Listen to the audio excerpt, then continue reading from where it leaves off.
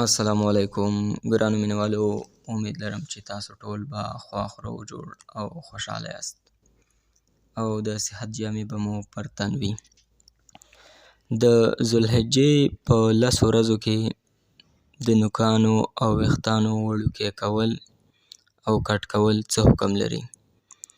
مولوي صاحب نورالدین آغا پرې په پوره تفصیل سره خبرې کړې دي، نو راځئ چې په شریکه سره یې وګورو. دغه 10 د ذوالحجې چې کومې ورځې دا میاشت چې رانوې سي، په دې کې نوکان پرې کول، بریتونه کشني کول، د سر ویښتان مطلب پورته کښته کول، کشني کول یا برابرول. د الله رسول فرمایي، د مسلم حدیث دی، کوم سړی د قربانۍ اراده لري، د قربانۍ هغه دی په دغه 10 ورځې کې نه نوکان وي، نه دی مطلب بریتونه راواخله، دغه سیجره راواخله، دغه ویښتان راواخله، کوه ما وهه ما ولې مه کوه. په دې کې خبره دا ده چې عام طور علما فرمایي د دې مثال دی لکه الته حجان په احرام کې دي، نو هغه نه نوکان وهلی سي، نه ویښتان وهلی سي، نه بل څه کولی سي، نه بل څه کولی سي، دا به مشابهت د هغو حجانو سره راشي. لیکن علما فرمایي یا دا خبره نه ده. نو که دا خبره وي نو بیا د قربانۍ خبره څه دپاره پکې راتلله؟ کوم څوک چې قرباني کوي د هغه دپاره دا خبره ده، چې قرباني نه کوي د هغه دپاره خو دا خبره نه ده. صحیح سلو. خو بس د الله رسول فرمایي، د مسلم حدیث دی چې دغه 10 ورځې چې کومې د ذوالحجې دي، تی په دې کې نوکان مه وهئ، تی په دې کې مطلب ویښتان چې دی هغه مه لرې کوئ. ولې مه لرې کوئ؟ د الله رسول فرمایي. حکمت څه دی؟ حکمت د هغه دی چې موږ ته خپل روحاني پیشوا، موږ ته خپل عظیم رهنما، موږ ته خپل عظیم نبی، موږ ته محمد رسول الله، موږ ته خاتم النبیین ویلی دی. که زما او ستا عقل تسلیموي هغه خبره کې نه تسلیموي، خو زما او ستا ایمان او عقیده چې دغه تسلیموي چې محمد رسول الله څه فرمایلی دي، پر هغه لاره به ځو. بیا په دې کې بله خبره ده، ډېر خلک زموږ خلک داسې دي معاشره چې هغه دا خبره ډېره ضروري بولي. یاره زه قرباني کوم، نو زه نوکان څه چمپه وکم، نوکان ووهم که نه ووهم، یا پلانی سړی قرباني کوي نوکان یې ووهل، یا د سر ویښتان چې دی هغه څه کړلو. اوس خبره دا نه ده، که دې په وسه پرته ښه خبره دا د نوکان مه وهه. صحیح سو. که دې نه د پوره پروا نه لري، بیا خپل نوکان وهلی سي. یو سړی وایي یار زه د غټو نوکانو څه زما زه نسم کولی، زما نور سره لګېږي، زما ګروم ورباندې کېږي. وایي که پروا نه لري څه شي دی، څه خبره ده. یو سړی وایي یار زما ویښتان چې دی هغه ډېر غټ سوي دي، زه مطلب زه نسم کولی، زما دپاره مشکل. ورسه وایي که هېڅ مشکل نه دی، جنګ به نه جوړی، جګړه به نه جوړی، مناظره به نه جوړی، فرض به نه بولې، واجب به نه بولې، ضروري به نه بولې. د امام مالک صاحب رحمه الله، د امام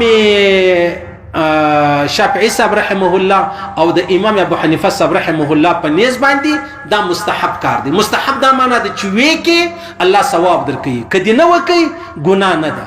الله رب العزت په نس نه. یو بل خبره ده، خبره دا ده چې کچیر یو چا نوکان په 40 ورځې نه وپر کړي، چا نوکان په 40 ورځې، نوکان یو مثال در کوم. صحیح سلو. په 40 ورځې د نوکان نو پرې کړي، بیا دغه ورځ باندې راورسېده چې هغه د ذوالحجې هغه 10 ورځې وي او په هغه کې د قرباني هم کوله، پر ده واجبه ده دی به دا نوکان پرې کوي. ولې تر 40 ورځې زیات نوکان غټول یا پرېښول دا جایز نه ده د مسلمان دپاره، د مؤمن دپاره. غټ نوکان صرف د مجاهد دپاره جایز دي. حضرت عمر فاروق فرمایي رضی الله تعالی عنه، د مجاهد دپاره جایز ده چې نوکان یې غټ کړي دي، کافران، مشرکان، یهود، نصارا هغه یې ونیول په دا نوکان باندې سره څیري. صحیح سلو. نور نو سمشت خو سره معلومي ورور په دې علاقه کې راواخله د انجونو نوکان وګوره، د الکانو د وګوره، یعنی څومره بې شرمه زمانه سو، څومره بې حیا زمانه سو. په خدای قسم که دا معلومیږي چې دا مسلمان دی، دا هندو دی، دا سیک دی، دا کافر دی، دا یهودي دی، دا نصرانیت دی، دا څه شی دی؟ ګورئ هر سړی پر خپله لار ځي. جن به د جناتو پر لار ځي، شیطان به د شیطانانو پر لار ځي، ملائکې به د ملائکو پر لار ځي، کافر به د کافرانو پر لار ځي، مسلمان به د مسلمانانو پر لار ځي. که مسلمان د کافر پر لار روان ول، بیا تی چی شي بولی؟ که کافر د مسلمان پر لار روان بیا تی چی شي بولی؟ صحیح سلو. نو لہذا خبره دا ده د غټ نوکان پرېښول دا جایز نه ده. بیا بعضې ځوانان دي، بعضې زنانې دي، هغه یو دوه نوکان غټ پرېښي، حرام ده، ناجایزه ده، قطعا نه ده جایزه. ورے انسانیت دا نه دی انسانیت. کته چې یا دا خو جدید زمانہ ده، نوې زمانہ ده، د ترقی زمانہ ده، اراسی ټیک د ترقی زمانہ ده.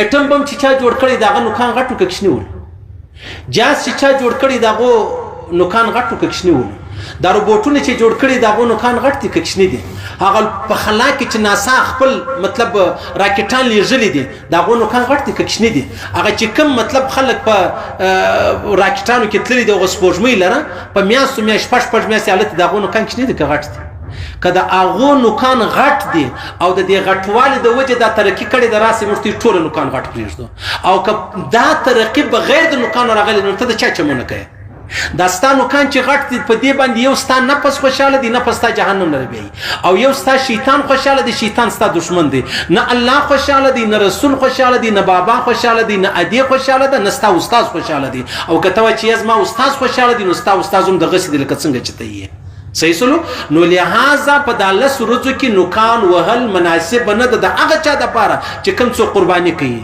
او کبه چیرې تر وخت تیرو څلوېښت شو د زیات سوي ولې بیا خو واجب ده خامخا به نوکان کښنی کوي او بیا که چیرې یو سړی را ولاړ سو قرباني هم کول په داش کې نوکان کښنی کو پروا نه لري ملامت وایم جرمانه کوایم مناظره ما جوړه جګړه ما جوړه هیڅ پر څوک به وس لري څوک به نه لري څوک به کولای شي څوک به نشي کولای څوک مطلب دومره سیستم نه چې دا غل لري څوک به نه لري لیکن جنگ او جګړه باندې ور باندې صحیح سلو نور شي نسته مستحب کار دی مستحب د معنا کوانګه ثواب دی او نه کوانګه ګناه نه ده او زموږ خلک د فرض منځه د فرض منځه دومره خیال نه ساتي لکه د دې مستحب چې خیال ساتي ولی هغه وجه دا د مختصری ورځ دی بس په هغه کې نو دا غټ بزرګ دا چې وزن کار نه وهم هغه بزن نه دا خبره نه ده خبره دا ده چې الله او رسول مو ته کوم خبره کړې ده ادخلوا فی السلم کافه پر هر قدم پر هر ثابته چې کې ته د اسلام په چوکاټ کې د نوځي دا خبرم ختم وسوله